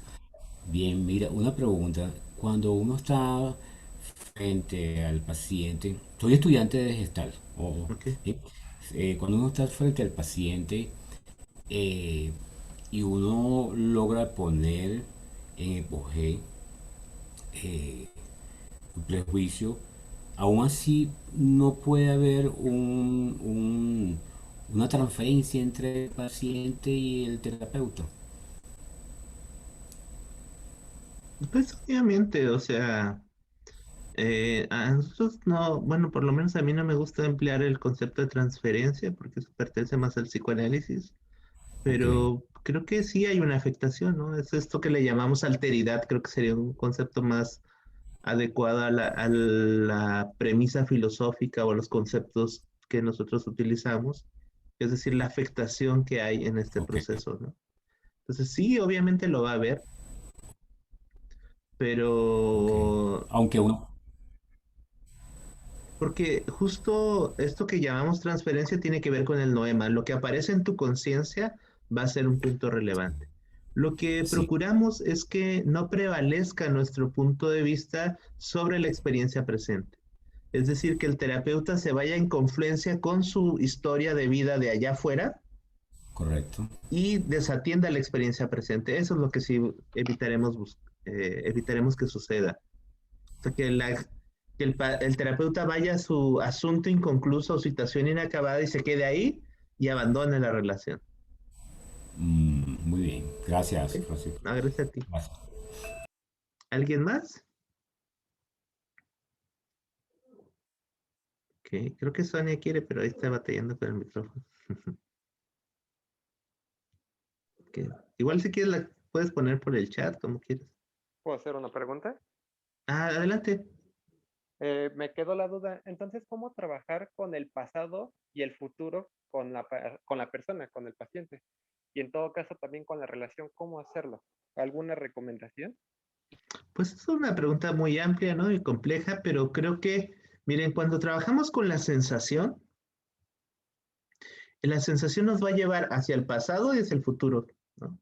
El trabajo de cimentación experiencial, es decir, hacia las sensaciones, tanto del terapeuta como del paciente, o ese trabajo estético que ahora se le nombra así en terapia gestal, nos va a llevar a eso, porque por ejemplo, cuando yo estoy hablando con un paciente y de repente una intervención mía genera un vacío en su pecho, no solo tiene que ver con lo que está pasando ahorita, sino con lo que eso le recuerda al paciente, ¿no?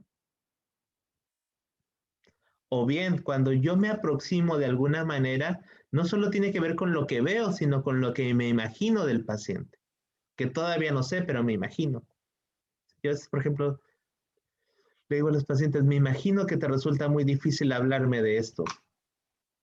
¿Sí? Pues no lo sé, pero me lo imagino. ¿Por qué? Por las sensaciones que tengo frente al paciente. ¿Sí? O cómo percibo que mi presencia genera ciertas sensaciones en el paciente. Pues creo que la parte experiencial siempre nos va a llevar, o la parte sensual, digamos, ¿sí? Nos va a llevar a dimensiones tanto del pasado como del futuro. ¿Sí? Ok, sí, muchas gracias. Nada de nada. ¿Alguien más?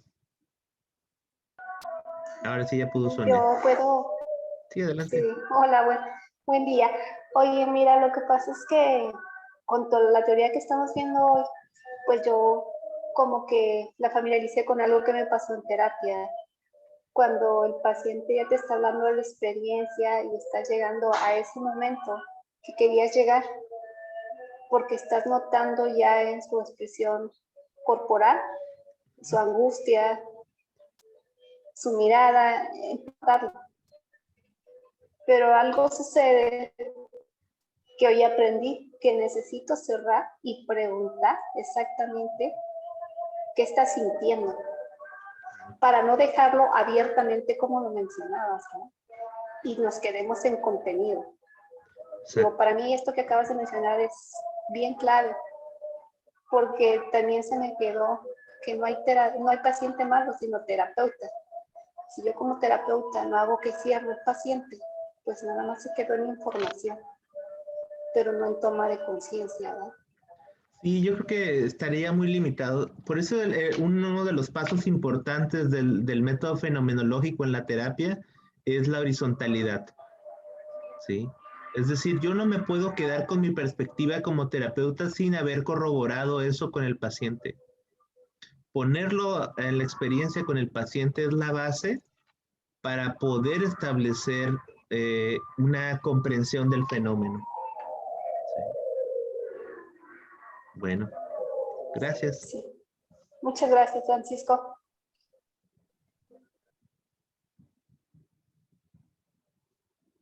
Aquí pregunta Jan Gómez, mencionaste que en la universidad nos enseñan modelos que no encajan en ocasiones con los pacientes. Bueno, más bien no es que no encajen, sino no profundizan, o sea, la teoría es una generalización sobre los fenómenos humanos o sobre la experiencia humana, de acuerdo a una perspectiva. Entonces, el problema de la teoría es que nos habla de individuos, no nos habla del individuo que tenemos enfrente, ni tampoco de la experiencia que va surgiendo en la interacción con ese individuo. Entonces, en ese sentido, el trabajo es profundizar en esos dos elementos.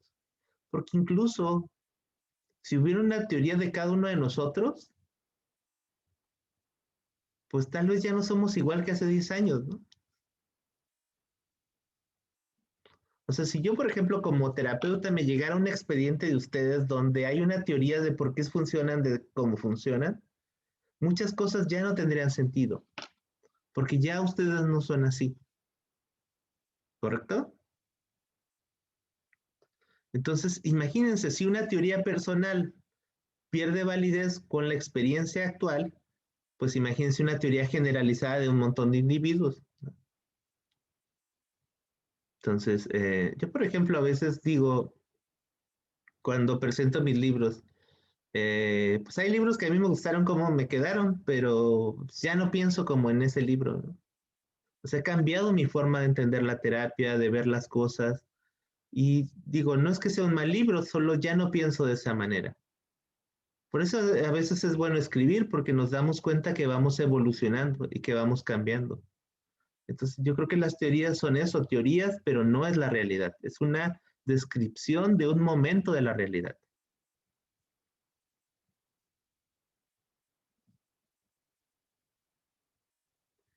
Dice, aquí Pati pregunta, Paco, me gustaría hacer una pregunta. A ver, ¿qué dice? Hacer una pausa con el paciente y solicitarle que ambos exploremos sensaciones y emociones me ha proporcionado experiencias placenteras. ¿Qué dices? Pues yo creo que a veces en la terapia se va creando un contexto de armonía, de solidaridad, donde ambos vamos sintiéndonos cómodos. Pero necesitamos también hablar de la incomodidad, porque yo les decía, cuando la terapia solo es de comodidad, bonita y todo eso, algo no es tan real, ¿no? Porque las relaciones humanas tienen muchos matices, no siempre vamos a estar de buenas, no siempre vamos a estar de acuerdo. Y cuando la terapia solo se trata de estar de acuerdo y de pasarla bien, como que algo no va bien, ¿no? Como que no está siendo lo suficientemente genuina a mi punto de vista. Entonces yo creo que es bueno sentirse así y es natural que nos sintamos así, porque es un contexto donde tanto el terapeuta como el paciente están muy disponibles. Porque incluso yo creo que los que somos terapeutas a veces en nuestra casa nos dicen, ah, pues ojalá fueras en la casa como eres en la terapia, ¿no? Porque ahí eres bien disponible, eres bien empático, escuchas, y aquí en la casa no. También pasa eso. Pero es que la terapia es un espacio donde los dos hacemos un esfuerzo por estar disponibles, ¿sí? Lo interesante es también con nosotros como terapeutas que no lo dejemos solo en el consultorio, sino lo hagamos como parte de nuestro estilo de vida, aunque es difícil, porque también es cansado, ¿no? Implica un esfuerzo y a veces llegamos cansados a casa y ya no tenemos esa misma motivación o esa misma disponibilidad. Entonces hay también que hacer un buen balance entre estas dos cosas, ¿no? Bien.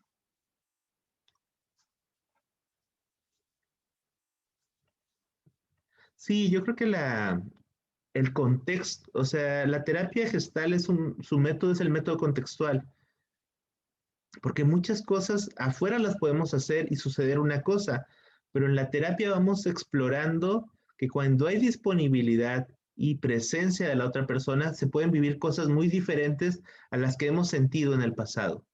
Y eso es lo interesante también del trabajo fenomenológico y contextual. Bueno, pues vamos a ir finalizando. Yo les quiero agradecer que se hayan tomado el tiempo.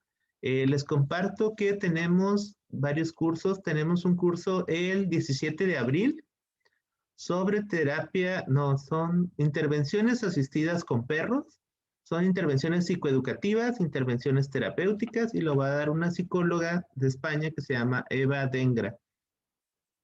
Entonces, el taller es de 3 horas y tiene un costo de 800 pesos. Entonces, si a alguien le interesa, pues me puede escribir ahí a mi cuenta de Facebook de Francisco Díaz o ponerse en contacto conmigo. ¿Sí? Y el 24 yo voy a impartir un taller sobre conductas autolesivas en adolescentes. Entonces, si a alguien le interesa, pues también están invitados. Y el 8 de mayo iniciamos la formación en terapia gestal para adolescentes con enfoque relacional. Si a alguien le interesa el trabajo con adolescentes, pues es un curso bastante profundo porque no solo vamos a trabajar con la terapia, sino también con la psicopatología y el acompañamiento con las diferentes expresiones de psicopatología en adolescentes. El, el curso es de 7 meses, el costo es de 1,200 la mensualidad o un pago único de 7,000 pesos. Entonces, si a alguien le interesa, pues creo que es un programa bastante interesante donde podrán tener tanto elementos teóricos como prácticos. Vamos a hacer modelajes, vamos a trabajar con pacientes. Entonces, ojalá puedan acompañarnos. Va a ser horario de las 8 de la mañana, hora de Tijuana, 10 de la mañana, Ciudad de México, ¿sí? Y ya en otros países, pues ahí va variando, ¿no? Entonces, si a alguien le interesa, pues ahí también me pueden contactar y voy a estar haciendo publicidad al respecto. Por lo pronto, seguimos en línea. Las personas que viven acá en Tijuana o en la región de Baja California, pues todavía no tenemos actividades presenciales por el tema de la pandemia, pero pues les agradecemos el apoyo. Ya son 7 años y en 7 años hemos podido hacer un montón de cosas gracias a su apoyo, ¿no? Y a que siempre tienen confianza en los proyectos que vamos desarrollando. Entonces, les agradezco mucho y espero que podamos seguir en contacto y que tengan la oportunidad de poder participar en alguno de los programas que estamos ofreciendo. Pues muchas gracias y que tengan un lindo día. Nos vemos pronto. Chao, Francisco, muchas gracias. Gracias. Gracias.